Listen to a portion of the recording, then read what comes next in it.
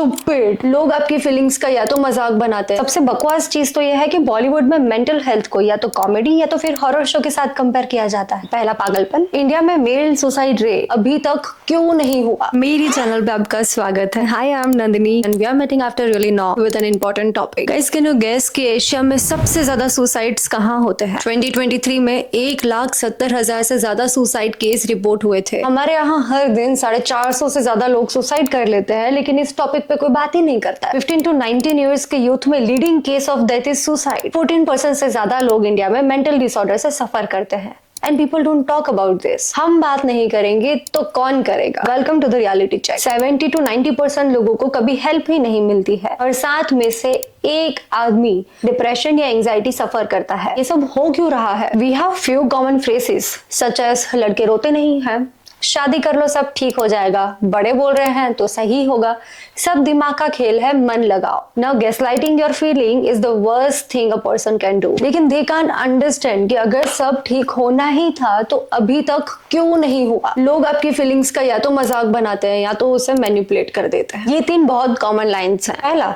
कि थेरेपी लो तो इसको मेंटल प्रॉब्लम है, पैनिक अटैक्स आए तो ये ड्रामेबाज है, और तीसरा बर्नआउट हो तो भाई तुम काम से भाग रहे हो। हमारे यहाँ लोग अक्सर मेंटल हेल्थ को 3 चीजों में कंफ्यूज करते हैं। पहला पागलपन, दूसरा ज्यादा सोचना और तीसरा स्ट्रेस। सबसे बकवास चीज तो यह है कि बॉलीवुड में मेंटल हेल्थ को या तो कॉमेडी या तो फिर हॉरर शो के साथ कंपेयर किया जाता है। स्टूपिड। भाई सब सफर करते हैं, लड़के, लड़कियां, बच्चे, बूढ़े, एवरीवन। इंडिया में मेल सुसाइड रेट वुमेन से 2 गुना ज्यादा है। They die quietly because society उन्हें स्ट्रॉन्ग रहने के लिए कहती है। मर्द रोते नहीं भाई, मर्द रोबोट नहीं है, दे हैव इमोशंस। और ये सोसाइटी को कौन समझाए और कैसे? कॉम्पिटिशन, जॉब का ट्रॉमा, ब्रेकअप का ट्रॉमा, फैमिली के एक्सपेक्टेशंस। भाई अब तो सोशल मीडिया से कंपैरिजन भी शुरू हो गए हैं। What not. लड़कियों में डोमेस्टिक प्रेशर, वर्क पे डिस्क्रिमिनेशन होता है उनके साथ, इमोशनल लेबर होता है, ज्यादा एक्सपेक्टेशंस होती है अगर शादी हो गई है तो। बच्चों में ओवर पेरेंटिंग भी लड़कियां करती हैं, तो वहीं बच्चों में एकेडमिक प्रेशर, बुली किया जाता है उनको, ग्रेड्स कंपेयर किए जाते हैं। कुछ पेरेंट्स ये समझते ही नहीं है कि बच्चे उनके हैं, दूसरों के नहीं है। इंडियन फैमिली इसमें शांति से बैठ के बात करने जैसा कुछ है ही नहीं। ऊपर से इमोशनल अब्यूज और होता है कि तुमने ऐसा किया तो मेरा ऐसा रिएक्शन था, तुम्हारी वजह से ही सब कुछ हो रहा है। और सबसे बकवास चीज ये है कि इंडिया में प्राइवेसी कोई समझता ही नहीं है। अगर तुम बाउंड्रीज रखोगे तो उसे डिसरिस्पेक्ट माना जाता है। बॉस रात को कभी भी मैसेज कर रहे हैं, फ्रेंड्स या रिलेटिव्स टॉक्सिक हैं, फिर भी उनके साथ क्लोज रहना पड़ रहा है।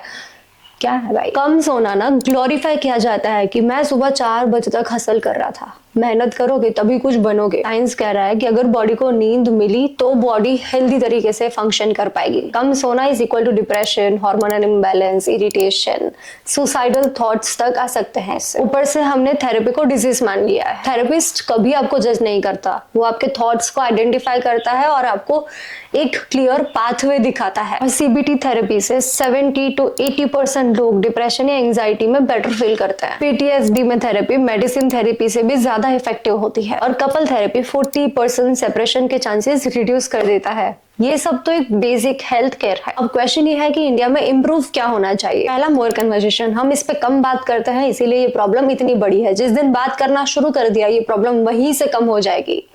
टैबू फ्री करना है इसे। दूसरा, स्कूल काउंसलिंग। इंडिया में 1000 बच्चों पे एक काउंसलर होता है, जबकि WHO कहता है 250 पे एक होना चाहिए। तीसरा, अफोर्डेबल थेरेपी। इंडिया में थेरेपी एक्सपेंसिव है तो गवर्नमेंट को इसे इंश्योरेंस में कवर करना चाहिए या तो फ्री थेरेपी क्लासेस भी रख सकता है। वर्क प्लेसेस पे नो बर्नआउट रूल होना चाहिए, no late night messages, mental health सबसे ऊपर प्रायोरिटी पे होना चाहिए और लीव इंपॉर्टेंट है। 5वां और सबसे इंपॉर्टेंट है कि फैमिली को सीखना चाहिए कि टॉक्सिक पैटर्न्स हैं, इसको आगे कैरी नहीं करना है। बेटा सब ठीक हो जाएगा, नहीं भाई कुछ ठीक नहीं होगा। बैठो और पूछो बेटा क्या हुआ है। अगर आपको कभी भी लगता है कि लाइफ स्मूथ नहीं जा रही है, I am not feeling well, I am feeling very tired, किसी से बात नहीं करनी है, please do not ignore that. आपकी मेंटल हेल्थ कंडीशन आपका family, love life, career, relationship सब डिसाइड करता है। Take care of your health, health will take your care. और हाँ, कुछ तो लोग कहेंगे लोगों का काम है बातें करना, don't take it very seriously, enjoy your life and do let me know आपको ये वीडियो कैसा लगा है।